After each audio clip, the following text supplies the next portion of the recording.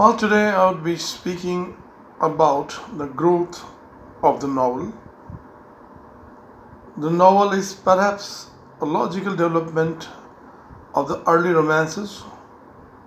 There were four principal cycles of medieval romance dealing severely with the legends of Charles Magne, Arthur, Alexander, and Troy. The history of English prose fiction begins with the name of Mallory, Caxton, and Berners, the early translators into English of the medieval romances. These translators often transformed and elaborated the original before translating into English. Mallory's Morte d'Arthur, a compilation mainly from French stories, deals with the legends of Arthur and was finished about 1470 AD. The work is a classic and is written in admirably lucid and graphic prose. Caxton had set up his press about 1477, and most of the romances he printed were translated from French by himself.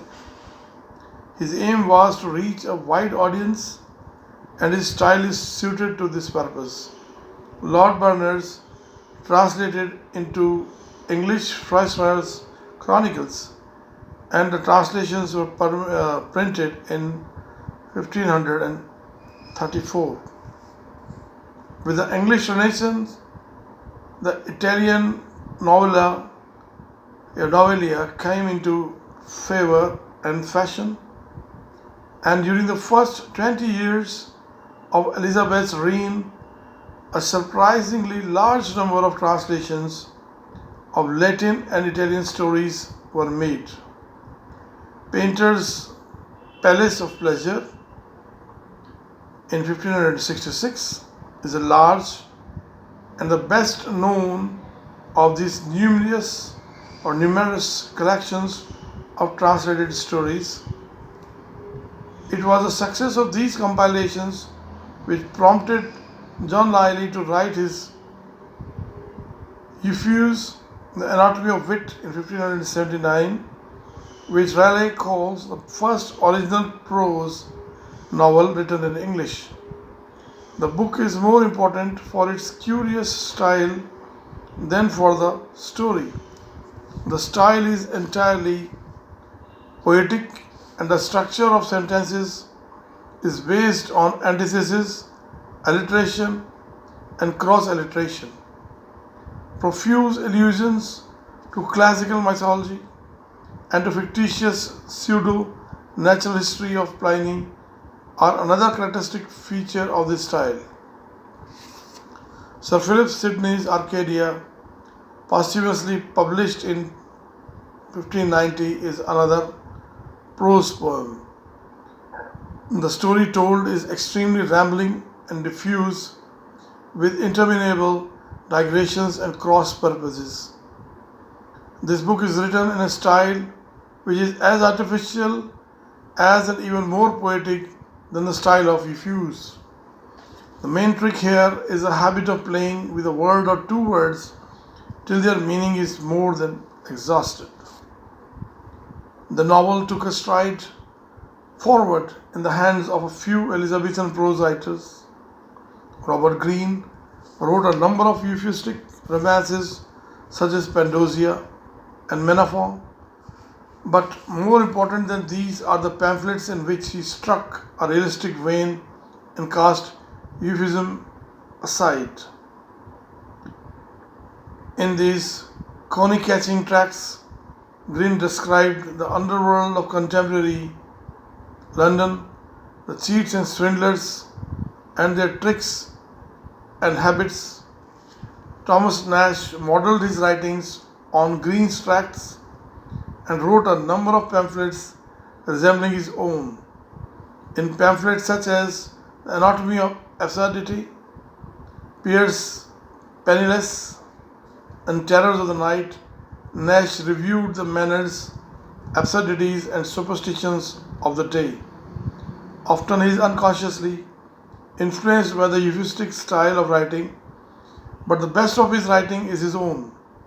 Green and Nash made a great advance by substituting the life of contemporary London for that in an imaginary Arcadia, but they wielded little influence, and the novel followed a very different line of development in the next century.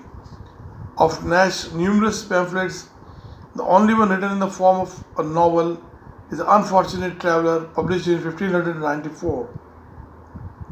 In this book, the author creates a new genre in prose, picaresque romance, describing realistically the adventures and perils of a witty, light-hearted knave.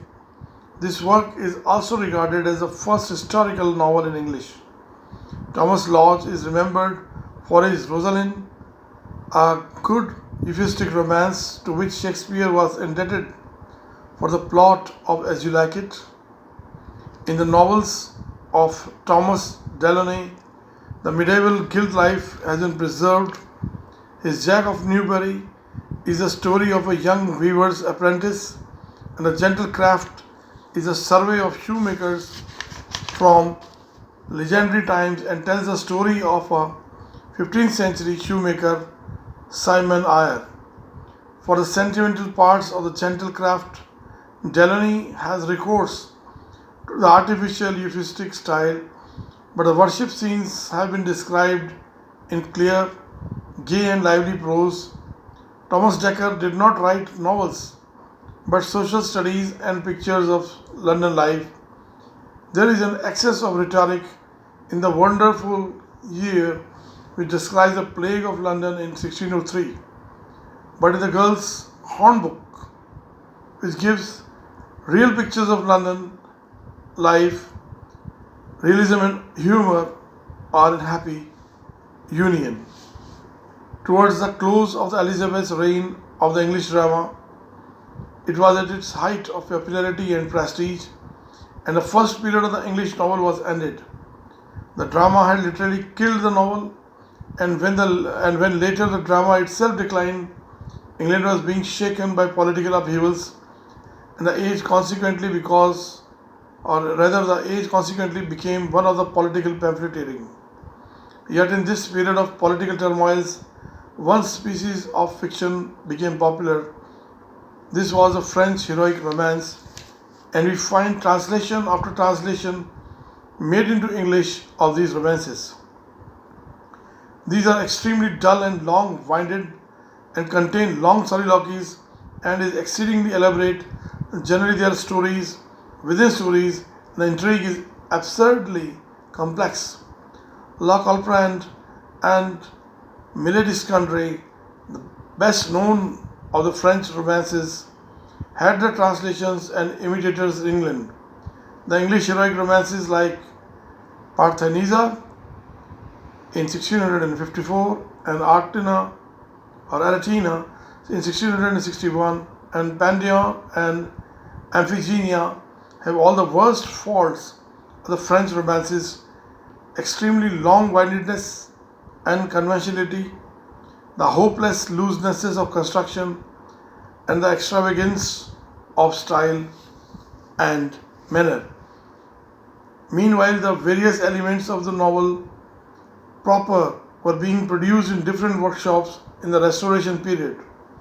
The evolution of modern prose perfected the instrument of the new fiction. There were the character writers like Earle and Overbury, who wrote their brief descriptive essays on contemporary types. Samuel Pepys and Evelyn wrote diaries, and a number of persons such as Lord Herbert of Cherbury and Bunyan wrote autobiographies.